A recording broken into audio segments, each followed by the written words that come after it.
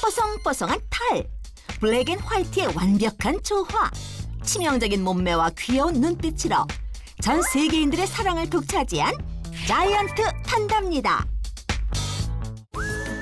보고 또 봐도 귀여운 자이언트 판다. 시크릿 주주에서 자이언트 판다에 대해 더 자세히 알아볼까요? 1970년대까지만 해도 너구리로 오해받았던 자이언트 판다는 곰과 동물입니다. 현재 중국 스촨성 일대에 주로 서식하며 곰과 동물 중 가장 온순한데요. 자이언트 판다를 줄여 판다라고 부르기도 하죠. 판다의 주식은 99% 대나무에 의존합니다. 판다가 하루에 먹는 대나무 양은 약 15에서 20kg 정도. 하지만 실제 먹은 양의 약 17%만 체내에 흡수되기 때문에 하루 평균 10kg의 대변을 본답니다. 거대한 몸집을 유지하기엔 대나무의 영양이 턱없이 부족하기 때문에 판다는 하루 평균 13시간에 걸쳐 식사를 한다네요. 와, 아니, 먹는 거 왜 이렇게 귀여워? 판다는 5개의 손가락과 1개의 가짜 엄지를 갖고 있습니다. 원래 손목뼈였던 가짜 엄지는 대나무를 짚거나 껍질을 까는데 유용하다네요. 이래봬도 대나무 숲 최강 파워를 지닌 판다는 두려움이 없기에 나무 위에서나 땅에서나 편안하게 숙면을 취하는데요. 실제로 판다의 하루 에너지 소모 지수를 측정했더니 천하의 게으름뱅이로 소문난 3발가락 나무 늘보와 비슷한 수준이었답니다. 하루 종일 먹고 자고를 반복하는 판다. 아무래도 게으름의 미학을 터득한 것 같죠?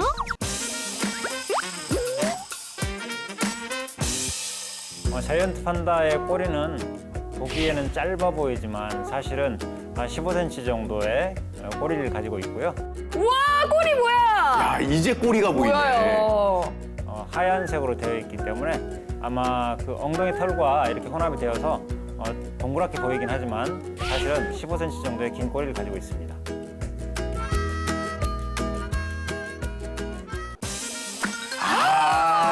멀리가 아니라. 멀리가 아니라 높이? 수컷 판다들은 번식기가 되면 짝짓기를 위해서 암컷들을 유혹하게 되는데 과시 행동을 하면서 자신을 드러내는 그런 행동들을 합니다. 그중에 판다들의 특징이 수컷들이 다리를 들고 소변을 높이 나무나 벽에 뿌리면서 높이 소변을 뿌려서 암컷에게 자신을 보여줄 수 있는 그런 행동들을 합니다.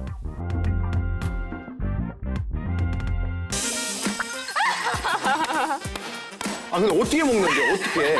판다들은 엄마의 젖을 통해서 면역 세계를 형성하는 그런 면역 성분을 받기도 하지만 엄마의 침 속에도 면역 세계를 형성하는 그런 효소가 들어있기 때문에 엄마의 침을 먹으면서 면역력을 더욱 키우게 됩니다. 유레카!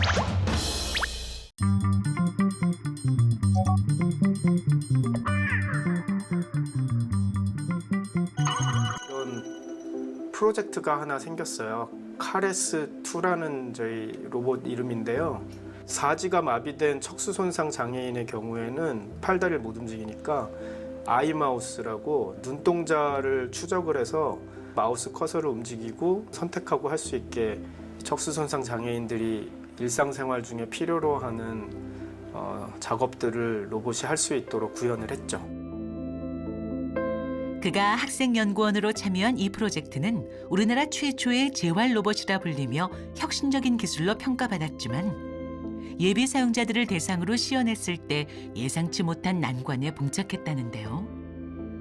척수 손상 장애인 분 한 분이 첫 번째 질문이 이거 얼마예요? 이렇게 물어봤어요.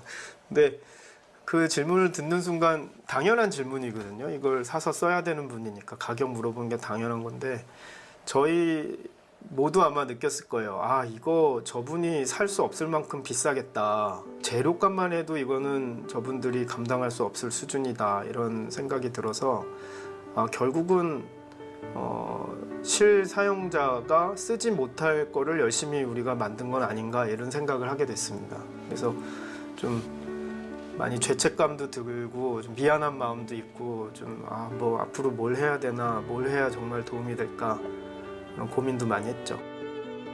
그러면 재활에 로봇을 쓸 수 없는 것인가 이런 이제 의문을 갖게 됐고 적용처가 있을까 이거를 찾기 위해서 이제 마침 그 시카고에 있는 재활병원 거기에 이제 제가 우연히 이제 또 자리가 나서 거기에 이제 박사 후 과정으로 가게 됐죠. 흔히 로봇 전공자가 선택하는 유수의 연구기관이 아닌 병원을 택했지만 그곳에서 연구의 철학이 생겼다는데요. 복잡한 시스템은 병원 같은 데서는 살 수 있어요. 사실 비싸도. 근데 이렇게 복잡하면 의사나 물리치료사들은 싫어한다. 사용이 복잡해지면 안 쓰려고 그래요. 그래서 이거보다는 간단한 걸 해야겠구나 뭐 그런 걸 좀 깨닫는 계기가 되기도 했고요. 그래서 이렇게 재활 환자들한테 이런 간단한 스트레칭도 도움이 많이 돼요. 그래서 가정에서 저렴하게 쓸 수 있을 만한 간단한 로봇들도 만들어 봤었고요. 로봇다운 로봇보다도 사용자에게 가까운 로봇을 만들기 위한 새로운 공부가 시작됐습니다. 생체역학, 뇌과학 등 인체를 익히며 마침내 게임처럼 재미있게 재활 훈련을 하는 아이디어도 얻었는데요. 도전의 연속이었던 날들. 그 끝에 얻은 결실이 연구실 한켠에 놓여 있습니다. 이게 미국 정부에서 지원하는 그 펠로우십 프로그램에 이제 그 경쟁을 뚫고 선정이 돼서 상을 받은 겁니다. 네, 그래서 사실 로봇 전공자인데 이 재활 자체에 좀 공헌을 했다 그런 이제 인정을 받았습니다. 그러니까 재활의학과 의사도 아닌데 그렇죠. 그걸 또 로봇 네. 공학하시는군요. 그래서 좀 동기부여가 됐죠. 좀 뿌듯하기도 하고 열심히 더 해야겠다 뭐 이런 생각도 들고 그랬죠. 유레카!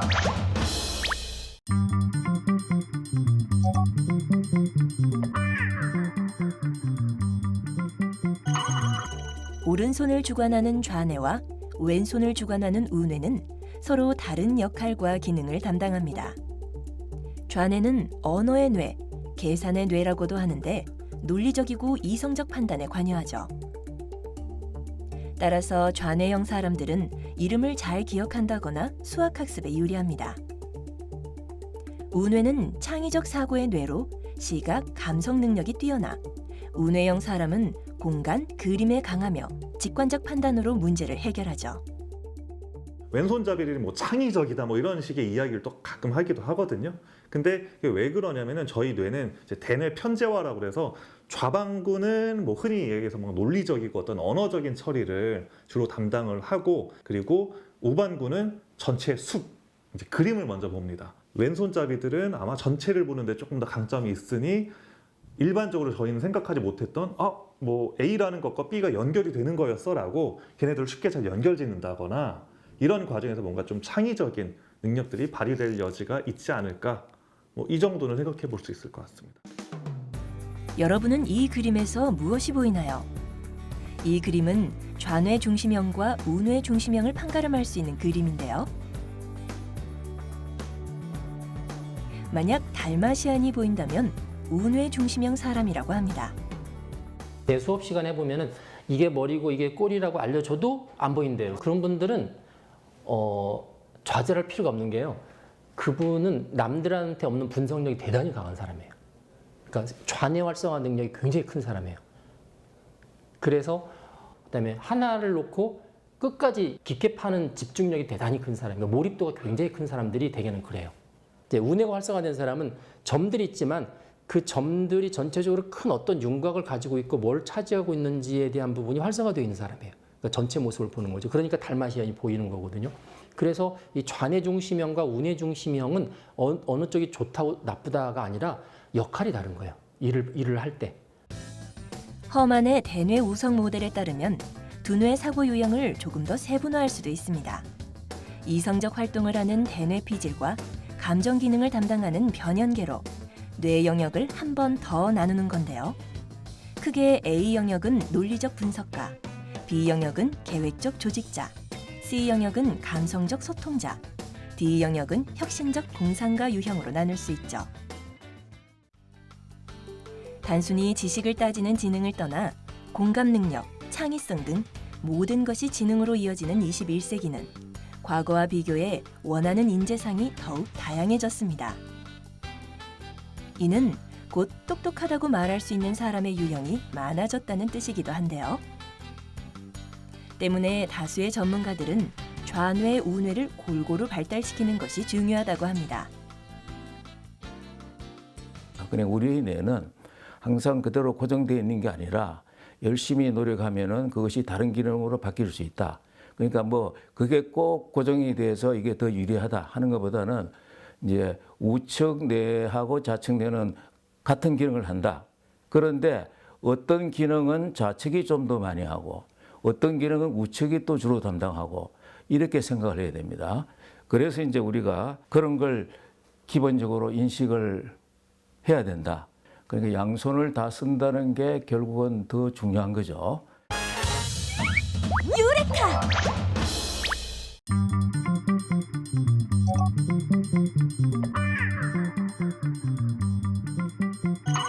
환상적이고 신비한 마술 360도로 보면 어떨까요? 먼저 스카프와 줄을 이용한 마술 실크앤로프입니다. 이름처럼 부드럽고 우아한 퍼포먼스가 특징인 마술인데요. 줄에 단단히 동여맨 빨간 스카프. 다시 한번 꼼꼼하게 묶어줍니다. 과연 이 스카프는 어떻게 될까요?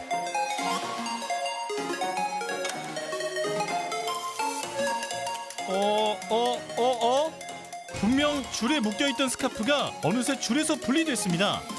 일반적인 상식으로는 도저히 이해하기 힘든 상황. 대체 어떻게 된 일일까요?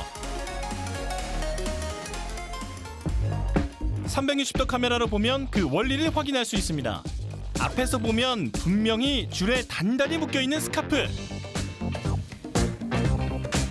360도 카메라로 보니 이미 풀려있는 걸 확인할 수 있는데요. 그 비밀은 이렇게 애초에 줄을 묶을 때부터 쉽게 풀리도록 과학적으로 계산해 매듭을 지었기 때문입니다. 그냥 보기엔 간단해 보이지만 이렇게 보이지 않는 곳에 복잡한 기술이 숨어 있었네요. 일반 관객들이 보기엔 단순하게 느껴질 만큼 정교하고 재빠른 손동작이 관건인 실크앤로프. 360도 카메라 덕분에 마술사들의 숨겨진 노력을 확인할 수 있었습니다. 이번에는 공을 이용한 볼 매니플레이션입니다. 흰색 공이 순식간에 빨간색으로 바뀌었는데요. 어떻게 된 일인지 4D 리플레이 기술로 분석해볼까요? 오른손에 쥐고 있던 흰색 공을 왼손에 준비하고 있던 빨간 공으로 교체하는 순간이 360도 카메라에 담겼습니다. 앞에서만 봤다면 결코 알아낼 수 없는 기술인데요. 오른손과 왼손이 교차하는 시간을 계산해 스위치를 올리듯 빠르게 공을 바꾸는 손기술이 놀라운데요. 최적의 타이밍을 찾기까지 끊임없이 반복했을 연습의 시간이 느껴집니다. 마지막으로 가장 대중적인 마술인 카드 매니플레이션입니다. 왼손에 쥐고 있던 카드가 증발한 것처럼 사라졌는데요. 그 놀라운 비밀을 360도 카메라를 통해 알아보겠습니다.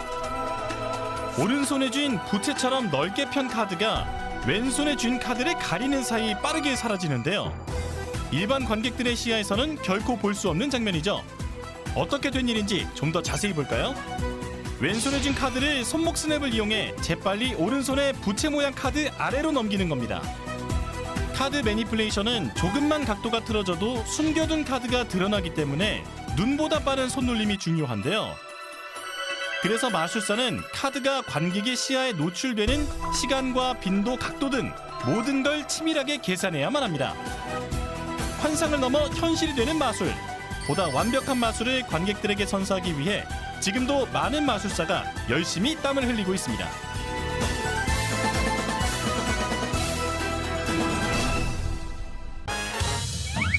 유레카!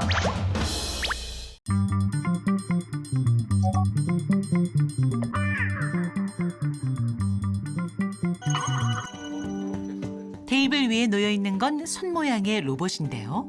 바로 로봇 의수를 개발하는 연구입니다.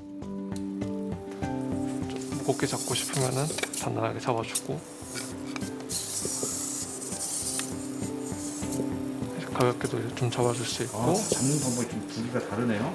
네, 그래서 이제 제가 만약 의수를 사용한다고 하더라도 로봇이 이제 이 사람이 정말 어떤 의도를 가지고 이걸 잡고 싶었구나라는 걸 파악을 해서 이제 움직여주는 데 초점을 맞추고 있고 원래는 내가 저 물건을 이렇게 잡아야겠다 생각을 하고 그러면 거기에 맞는 각각의 근육에 가는 명령어들이 뇌에서부터 나와서 근육이 움직여서 물건을 잡는 건데 그런 뇌에서 나오는 의도를 다 우리가 이제 로봇에 연결을 시켜줘야 되잖아요.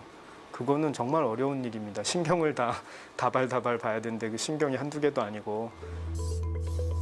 연구팀이 개발한 의수는 뇌 신경을 연결한다거나 기존 의수처럼 사용자가 원하는 손동작을 사전에 선택해주는 과정이 없어도 다양한 자세로 물체를 잡을 수 있는데요.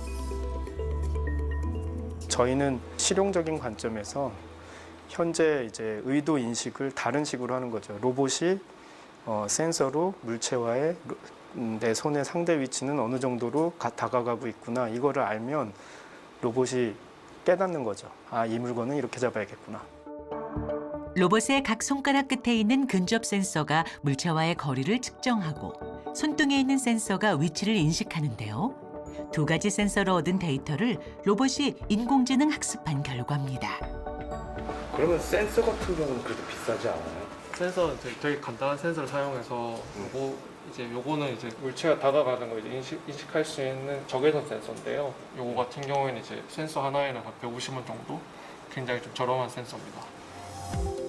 사용자는 물체를 잡으라는 명령만 내리면 되기에 더욱 직관적으로 사용이 가능한데요. 이 역시 관점을 바꾼 결과입니다. 그뿐만 아니라 의수에 장착할 로봇 피부도 개발한 박형순 박사 연구팀. 기술의 빈틈을 찾는 아이디어를 역시나 사람에서 발견한 것입니다. 학생 연구원이 아이디어를 내가지고 사람 피부의 그 기계적인 구조 그거를 한번 똑같이 만들어 봤을 때 그런 물건을 잡는데 조작하는데 어떤 장점이 있을까? 그냥 전체를 이제 실리콘으로 이제 만드는 경우가 대부분이었고 특히 사람 손바닥 같은 경우에는 지방층이 가장 두꺼운 부분 중 하나인데 가공성층을 넣어서 삼청 피부를 만들었었고요. 연구팀은 사람의 피부 구조를 모사한 로봇 피부로 물체를 잡을 때 어떤 변화가 나타나는지 실험했는데요. 그 결과 사람의 3층 피부 구조가 현재 단층으로 이루어진 의수 피부에 비해 물체의 비틀림에 더욱 강하고 안정성을 나타낸다는 결과를 얻었습니다. 단단하면 힘에 대해서 강인하지만 깊이 잡진 못하고 물렁물렁하면 힘에 대해서는 약하지만 깊이 잡을 수 있고 근데 3층을 쓰면 3층 구조를 쓰면 둘 다 할 수 있는 거죠. 깊이도 잡으면서 단단해지는 거죠. 유레카!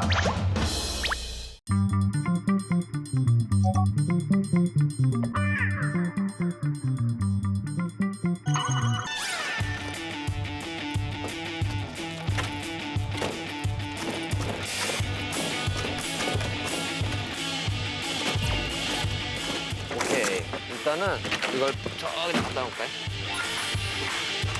형, 1925로 두 개. 1925 두 개. 오케이.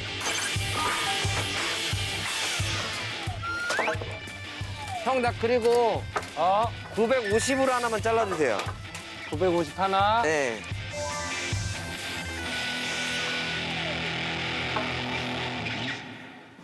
라인이 엄청 많네. 어이구, 여기가 차이가 많이 나지, 여기가. 그러면 이 휘어있는 지금 목재를 휘어 넣을 거예요. 근데 자체가 너무 휘어 있으니까 칼집을 넣어서 집어넣도록 하겠습니다.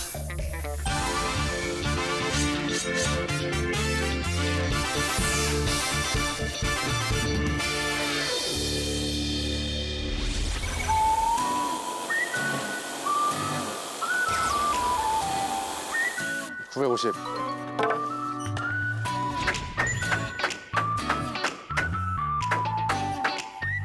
아래로 꼭 눌러주시면 돼요.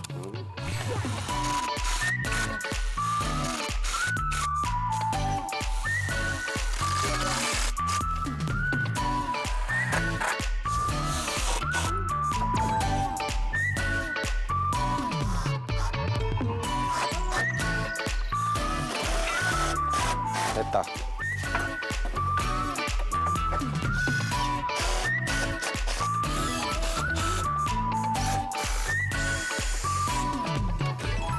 뒤에 들어오셔서 저 이렇게 잡아주세요. 한 번만 이렇게.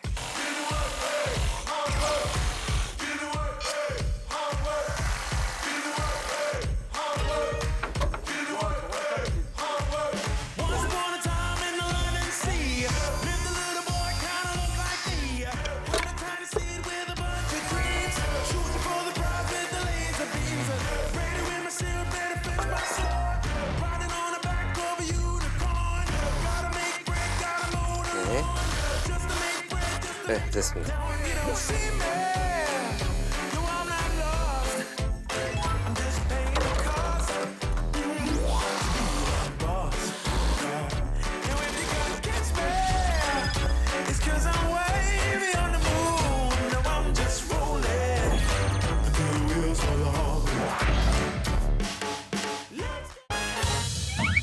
유레카!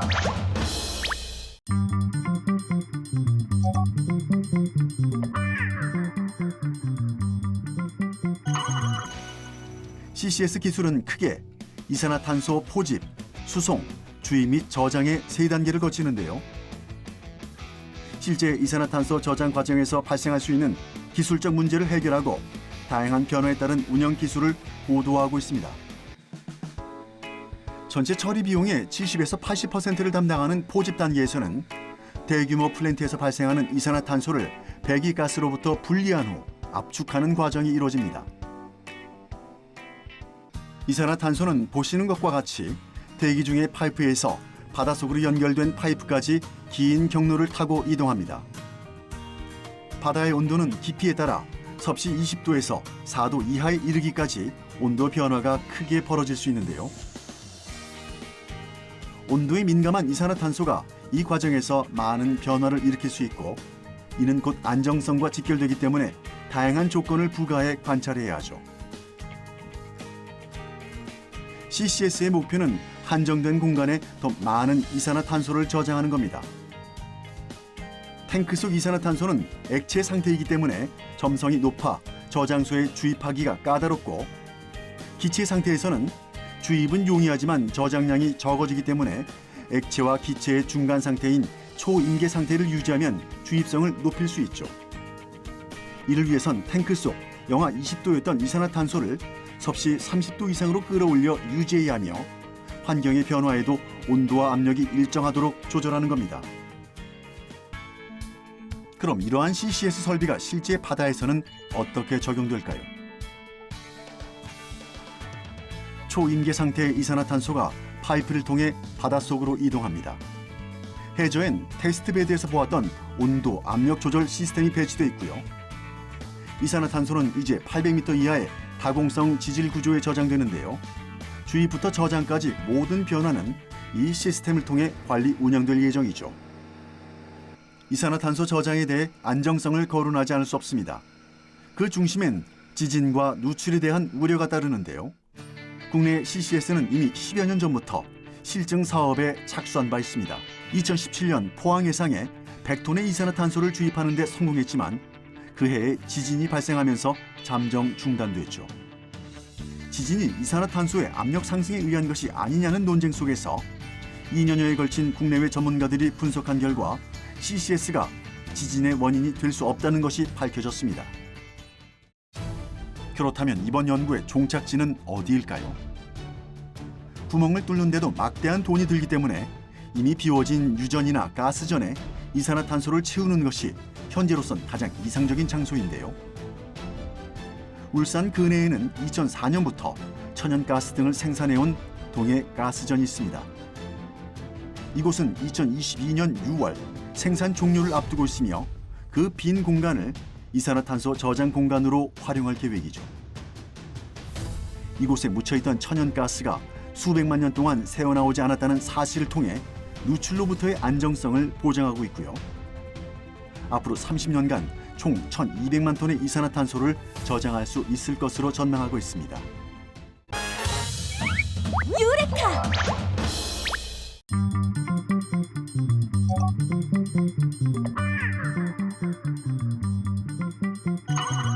박형순 박사가 사람의 근육에 대해 탐구하는 이유는 재활 연구의 기본이 되기 때문인데요. 오늘 실험에는 어깨 근육을 다양하게 사용할 수 있는 여러 동작들이 준비되어 있습니다. 시험자분들이 팔에 있는 여러 근육을 이용해서 이제 여러 방향으로 힘을 내보는 실험을 하는 장치인데요. 그 데이터로부터 근육들을 조화롭게 조합해서 사용할 수 있는지를 저희가 분석을 할 수 있어요. 이 테스트가 중요한 이유는 사람은 평소에 자주 쓰는 근육 패턴이 정해져 있는데 훈련으로 얼마나 바뀔 수 있는지 확인할 수 있기 때문이죠. 삼각근에서 근전도를 지금 측정을 하고 있잖아요. 제대로 근수축을 만들어내면 이 커서가 원하는 대로 움직이고 그렇지 않으면 안 움직이니까 그러니까 이거를 게임을 통해서 훈련이 되는 거죠. 그래서 그런 훈련 효과가 얼마나 있나 지금 보는 그런 실험입니다. 근육이 사용되는 패턴을 바꿔줄 수 있다면 실제 편마비 환자를 대상으로 한 재활 방법이나 운동기구를 만드는 데도 유용하게 쓰일 수 있습니다. 환자의 훈련을 보조하는 도구로 뇌파 장비와 근전도 장비가 준비됐는데요. 뇌파랑 근전도 신호에서 미미하지만 내가 잡고 싶다는 그런 의도가 조금씩 읽혀요. 근데 그 의도 조금 읽은 걸 가지고 로봇을 구동해서 잡는 거를 구현을 해주는 거죠.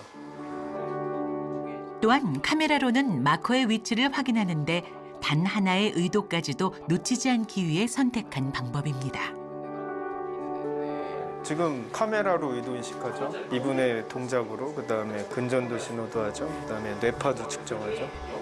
그러니까 의도를 파악할 수 있는 방법을 총동원해서 의도를 읽어서 구현을 해주는 거예요. 박경순 박사팀이 추구하는 연구 방향은 로봇이 환자의 의도를 읽는 단순한 재활 훈련을 넘어서 사람의 마음을 읽는 따뜻한 기술인데요. 다치신 지 굉장히 오래되셨고 이런 만성기 환자분들은 사실 회복이 거의 안 된다라고 이제 얘기하시는 분들 많으신데 요즘 생각보다 기능이 너무 많이 좋아지셔가지고 굉장히 저희도 좀 많이 희망을 가지고 좀 의미를 가지면서 지금 연구를 진행하고 있습니다. 저희 연구실의 가치관은 뭐냐면 몸이 불편한 사람들을 도와주자 이게 저희 가치예요. 그런 것들이 학생들의 교육 면에서도 저는 좋다고 생각하고요. 대부분의 국민이 쓰는 기술을 만들면 돈도 많이 벌고 아주 좋을 수 있는데 뭐 국가 경제도 많이 살리고 할 수 있는데 선진국이 될수록 그런 소외될 수밖에 없는 계층들 그런 분들한테 더 신경을 써주고 배려를 해주고 하는 것이 이제 선진국이라고 생각하거든요. 그래서 누군가는 해야 되는 일이 아닌가 싶습니다.